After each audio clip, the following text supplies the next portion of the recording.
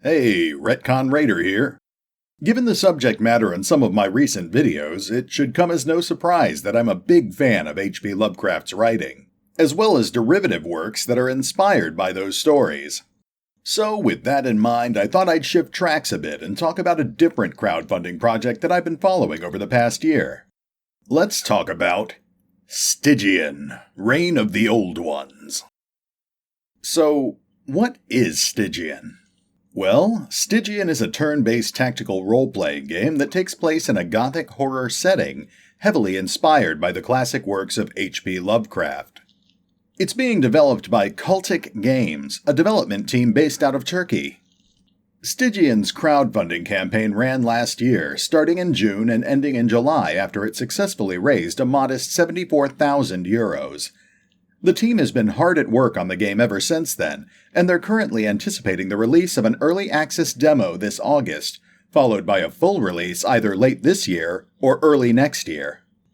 Story-wise, Stygian takes place on a post-apocalyptic world after the Great Old Ones wiped out most of the life on Earth. The city of Arkham, one of the few places spared their wrath, was transplanted onto a new, strange alien planet where all of Lovecraft's wildest stories have converged into a single nightmarish setting. The player takes on the role of an adventurer, with 8 possible archetypes to choose from. The archetype the player chooses determines how their story begins, with each archetype possessing a unique prologue, but all of their stories culminate in the pursuit of a mysterious entity known as the Dismal Man, who may hold the answers that the player is seeking. This quest will take the player across a world of conflicting realities, a fusion of 1920s New England and Lovecraft's alien landscapes, through regions where dreams can no longer be distinguished from reality. During this journey, the player will meet many of the other survivors of the Eldritch Apocalypse. Some are bleak realists, long resigned to the fact that they will never again see the sun or their lost loved ones, while others have long since lost their minds, unable to cope with the harsh reality of their new world. Others have instead managed to tentatively cling to their sanity by embracing new obsessions with material goods, vices, or the worship of their new gods. Some of these colorful survivors will even go so far as to join the player, aiding them in their quest.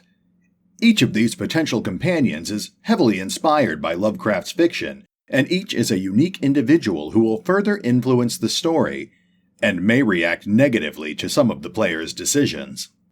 One follower, for example, is a soldier who was killed while serving in the Great War, only to be resurrected by the Mad Doctor, Herbert West. This nameless soldier can serve as a staunch ally in combat, but is constantly plagued with vivid flashbacks of his final days, which may occasionally cause him to lose control in tense situations. If he is abandoned by the player in favor of another companion, he may end up becoming a vengeful enemy, or perhaps he'll instead contemplate suicide as a means of ending his own tortured and unnatural existence. Other esoteric companions include the ghoulish protagonist of Lovecraft's story, the Outsider, as well as a psychic and narcissistic cat named Dusky, who hails from the cursed village of Ulthar. Other potential companions have been hinted at, some of them bound to specific archetypes, such as the explorer's faithful hound and the aristocrat's loyal servant. The game is being designed with the works of Lovecraft in mind. The visuals all consist of hand-drawn 2-dimensional images, some with light 3-dimensional aspects, intended to provide a deliberate off-kilter feel that implies crooked angles and inconsistent measurements. The game is built around many of the tenets of Western computer RPGs, including a turn-based tactical combat system inspired by the mechanics of the classic Might and Magic titles, as well as skills, perks, levels, and even a crafting system. But much of the focus is on both visual and written storytelling. A particular emphasis is placed on the dialogue system, which will be reactive dependent on multiple factors, such as the player's archetype, his skills and perks, any madnesses he might be currently afflicted with, the companions who are accompanying him, and his past decisions in earlier story events.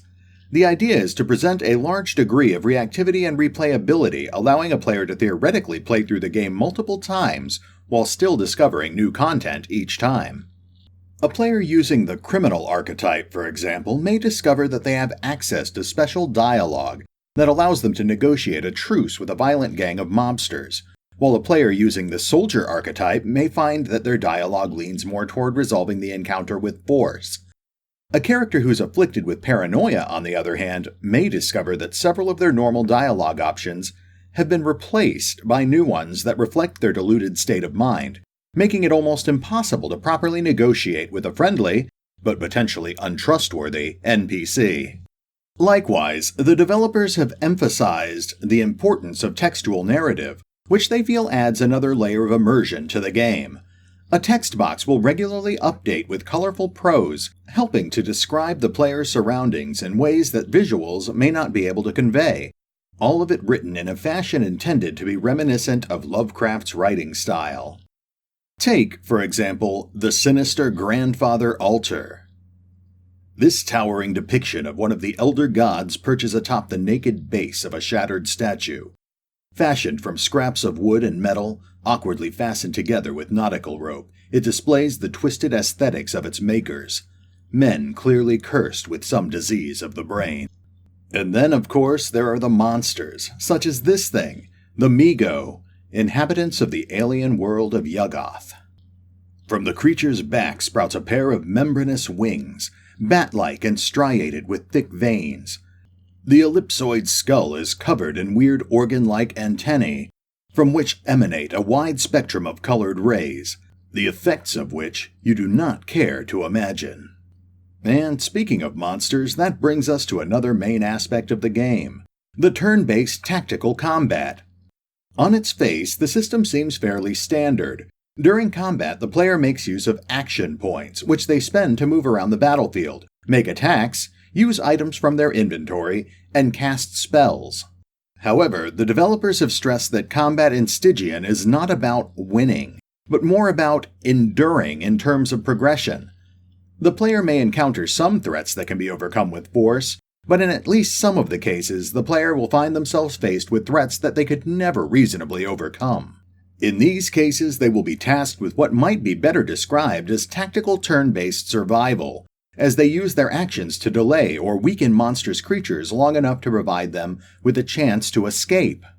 This plays into the angst system, which is Cultic Games' unique take on the more conventional experience-based leveling system seen in many RPGs. With the angst system, the player accrues a sort of bleak experience as they encounter cosmic horrors, suffer through mind-shattering events, and lose their most staunch and loyal companions. When enough angst has been accrued, the player can purchase unique perks that will shape the way they play the game. For example, perhaps the player will spend their angst to become a masochist, who gains small amounts of sanity whenever he suffers damage in combat. Or perhaps the player will instead invest their points in the ill-tempered perk, which grants them bonuses when they act abusively towards friendly characters. The player will also advance through more conventional means, acquiring skill points and skill perks as they complete quests and survive encounters.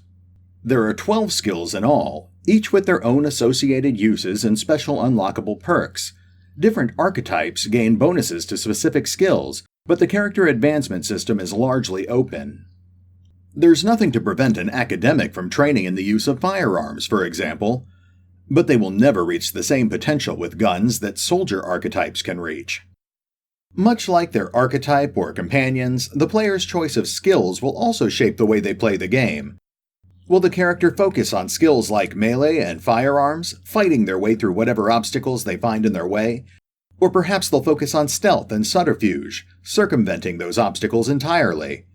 With skills like speechcraft and psychology, they may even be able to turn potential obstacles into assets as they cleverly manipulate creatures that might have otherwise been intent on doing them harm.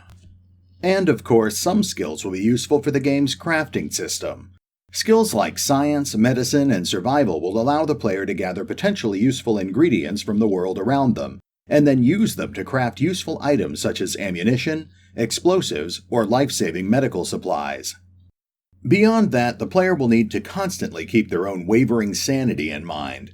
Stygian uses a rather unique mechanic known as the belief system, which defines how the player character copes with the madness surrounding them. There are 6 belief systems in total, each one granting sanity points as a reward for taking actions that emphasize that belief. A rational character, for example, will gain sanity when researching strange new things, while a materialistic character will instead gain sanity by filling his own pockets with valuables. But madness does seem inevitable, and eventually the player will begin to accrue negative mental conditions. As I mentioned earlier, these will have a notable effect in dialogue, replacing certain dialogue options with madness-tinged alternatives. But they will also have effects in combat, some good and others bad. A paranoid character is quicker to react in combat, but may lash out at their allies. A psychopathic character is more likely to dole out devastating critical hits, but will also become further unhinged with each life they take. There's a lot more potential material to cover, but I think I'll stop there for now. Suffice to say, Stygian looks to be a very fascinating take on an otherwise conventional formula, infusing elements of psychological horror and visceral survival into a solid cRPG foundation. Unfortunately, the crowdfunding campaign is long over, so you can no longer pledge to back the game, but they are currently taking pre-orders for the fairly modest price of just $20. Their current plans are to release the game on Windows, Mac OS, and Linux on both the Steam and GOG platform in late 2017 or early 2018. Although there are no guarantees, they are currently exploring options for French, German, Spanish, and Russian localizations. So if you're a fan of Lovecraft or just a fan of horror in general like I am, then I encourage you to go check out Stygian, Reign of the Old Ones.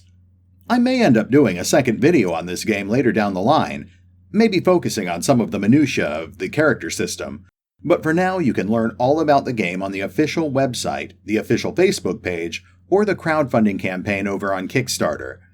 Links are in the description.